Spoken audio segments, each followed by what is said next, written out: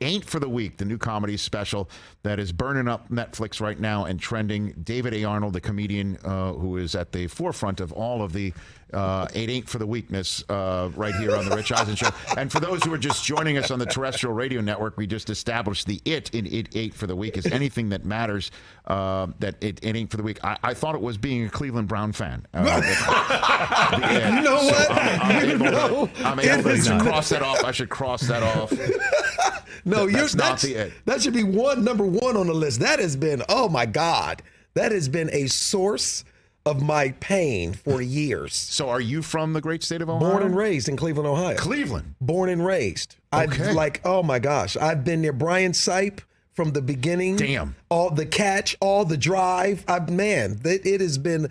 Webster Slaughter not blocking like he's supposed to. Okay. All the things that ruined my childhood. Yes. So you went to Cleveland Municipal? You went there as a kid? Well, yes. Okay. Absolutely. You went to the old Cleveland right Municipal? Right there, the Mistake by the Lake, as they call it. All of the things. And to this day, I will fly to certain areas to go watch them play. I'm a huge Cleveland Browns fan. It's the one thing that I have not been able to shake. And I've tried to get off of it like drugs, but I can't. I've been to meetings. I've tried to go to other teams. You're sober 24 years, you said. I'm so I can get off cocaine, but the Browns, I could not shake. It's unbelievable. David, you never heard that "get away from the Browns" voice in your head? Yes, get it right, exactly. Oh my gosh, it grew up. It was a part of my life coming up. And when I tell you every year, I think it's going to be different. Yeah. And every year we have hope. And like even to Deshaun, like this whole quarterback situation, as soon as they announced him, I went, what? We just don't get it. We're always going to find a way to do something that sounds great, but it's an asterisk next to everything we do.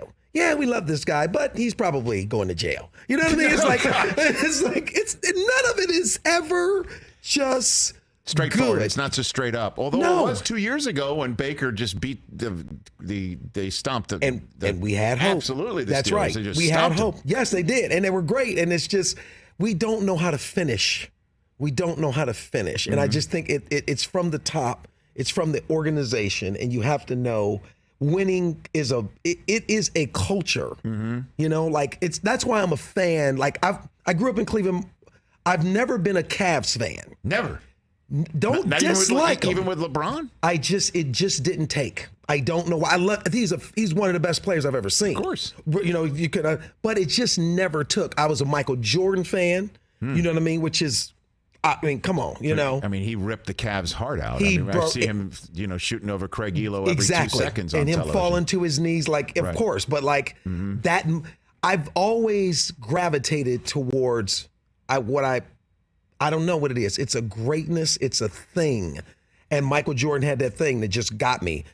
Steph Curry and the way I watched I watched them play. My best friend in school when I grew up, his dad played for the Cavs. So we were able to sit on the floor and watch the game. Like we could be ball. Like we had all the access to the Cavs. I had no interest. You had free reign of gunned arena. Is that exactly, what you're saying? Exactly. I had all the popcorn I could eat, and nothing. James Silas, and I never did it. And so, who's your favorite Brown of all time, David? As soon as you said it, before you even got it out, probably Brian Sipe. Really? Because so I was a kid. Old school. Yeah, I was a kid. Like Sam Rutigliano sending out the play into Brian's side. Exactly. Ozzie Newsome, Reggie. Was it? No, it's not Reggie Jackson. It's I can't think of his last name now. Okay. But number 83, I do know that, and I went to school with his kids. Okay. I do know that. Chris is looking it up right now. Are you? Reggie Rucker. Reggie Rucker.